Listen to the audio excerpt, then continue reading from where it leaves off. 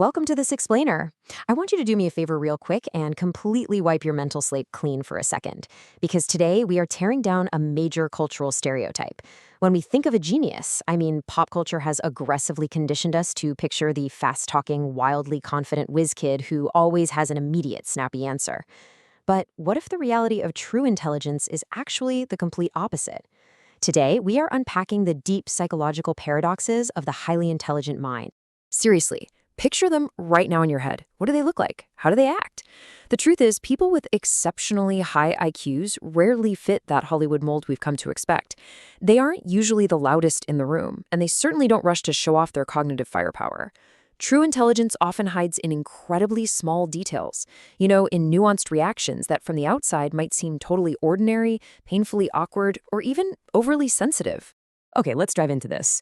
We're so used to the loud show-off, right? The obvious pop culture genius who treats every single conversation like a trivia game. But the hidden reality is that true intelligence isn't about hoarding facts. It's about an exceptional, highly complex inner processing system. It's really about how you absorb and process the world around you. And because that internal processing system is so powerful, it inevitably leads to some absolutely fascinating contradictions. Which brings us right to our first major narrative pillar, the paradox of doubt. This is a big one. Why is it that the most highly capable people, the ones who should, logically, be the most confident in the room, are the very same ones who often suffer from intense imposter syndrome? You naturally assume a high IQ guarantees high confidence. In reality, it actually does the exact opposite. You're likely already familiar with the Dunning-Kruger effect, right? That famous cognitive bias where the least capable people are inexplicably the most confident. Well, consider the inverse. Why do the most intelligent minds live with such crippling doubt? It's because their intelligence acts like an incredibly sharp, unforgiving lens. Instead of just highlighting their own achievements, this high-powered lens illuminates the vast gaps in their own reasoning. The more they learn, the more acutely terrified they become of how vast the unknown truly is, and how easily theories can just break. This hyper-awareness is driven by metacognition. Basically, it's the brain's ability to ruthlessly monitor and adjust its own thinking process in real time. A high IQ brain typically features a remarkably active and highly connected prefrontal cortex. It literally cannot settle for surface-level answers. When faced with a seemingly simple choice between A or B, this brain doesn't just see two paths. No, it sees a massive, infinitely tangled network of cause and effect behind both options. And because of that massive, tangled network, a seemingly simple question can cause a 10-second pause. Society usually mislabels this as anxiety or analysis paralysis, but cognitive reality tells a completely different story. That pause isn't someone freezing up. It's their brain expending massive amounts of mental energy to run a full simulation of thousands of possible scenarios to find the optimal outcome. It's literally a biological supercomputer quietly crunching the data. Now, running these full mental simulations burns massive amounts of energy. That means the brain has to ruthlessly manage its resources to survive. So let's look at brain resource management. We can group these advanced efficiency strategies into three distinct buckets: active procrastination, night owl tendencies, and selective memory. From the outside, these behaviors just look like lazy flaws, but internally they're highly advanced, perfectly tuned resource management strategies designed to keep that supercomputer running smoothly. Take the night owl tendency, for example. Evolutionary psychologist Satoshi Kanazawa at the London School of Economics found a direct statistical link between higher IQ and going to bed later. The theory here is evolutionary novelty. Our ancestors woke with the sun, so staying up late requires a distinct cognitive adaptation. But more importantly, a highly intelligent brain is incredibly sensitive to daytime stimulation. Staying up into the early morning provides a safe, blissfully quiet environment where a hypersensitive cortex can finally wander freely and connect scattered ideas. And what about selective memory? We all know the classic trope, the genius who can recite advanced quantum mechanics but can't find their car keys. Look, forgetting everyday details isn't a brain failure. Neuroscience research on working memory shows it's actually an aggressive resource optimization system. The brain treats repetitive, non-analytical details, like where you left your keys or what you had for lunch on Tuesday, as low-value data. It aggressively dumps it to reserve processing power for complex logical frameworks. We see a similar, staggering mismatch between social perception and cognitive reality when it comes to talking to yourself. The social view often stigmatizes mumbling as odd, or even a sign of instability. But a major study from the University of Wisconsin-Madison and the University of Pennsylvania proved that externalized speech is actually a powerful tool. When you speak out loud, you activate your working memory through the auditory channel. It takes that massive traffic jam of thoughts in a super-fast brain and forcefully linearizes it into a clear, logical structure. And this brilliantly illustrates how Nobel Prize-winning physicist Richard Feynman practically weaponized this exact habit. He developed the famous Feynman technique, where the key to mastering absolutely any complex idea was explaining it out loud as simply as possible. For Feynman, vocalizing his thoughts wasn't some eccentric quirk. It was an extreme stress test for his own logic. He used his own voice to achieve ultimate cognitive precision and instantly expose any hidden gaps in his reasoning.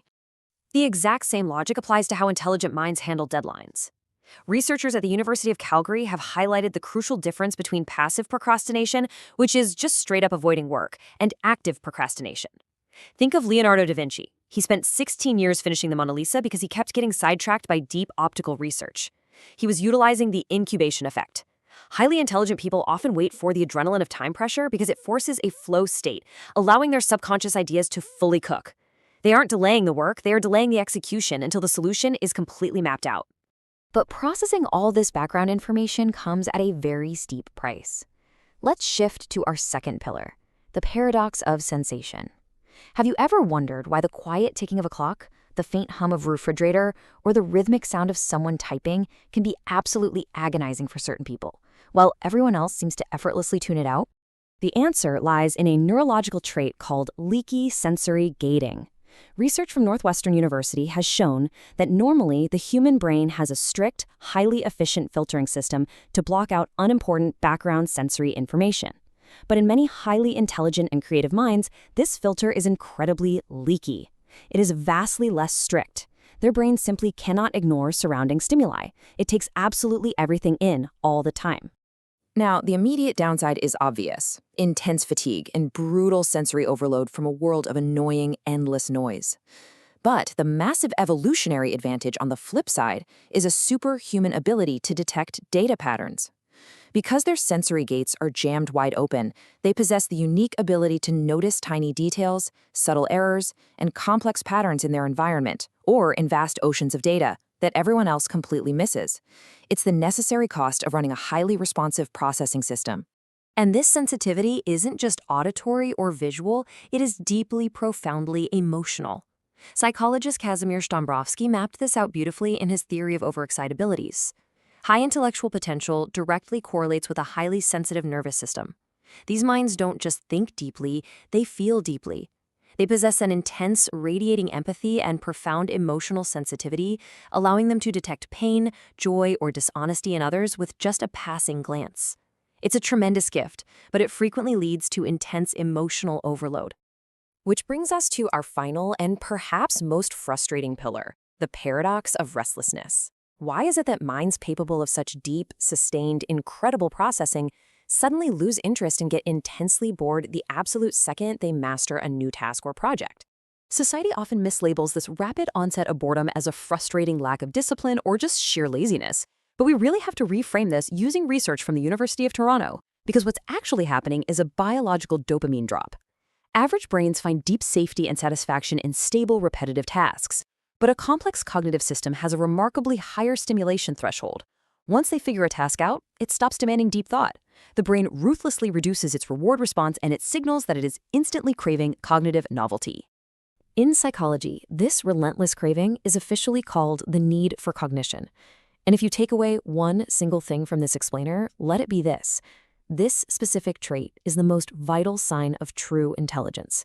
It isn't a high IQ score, it's an endless, almost childlike curiosity that is never, ever satisfied with a simple, surface-level answer. It is a brain that constantly demands to know the why behind the why. So the crucial point is perfectly captured by Albert Einstein when he confessed, "I have no special talents. I am only passionately curious."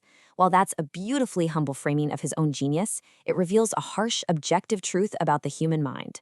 Raw talent or blistering processing speed without profound, driving curiosity will quickly fade into mediocrity.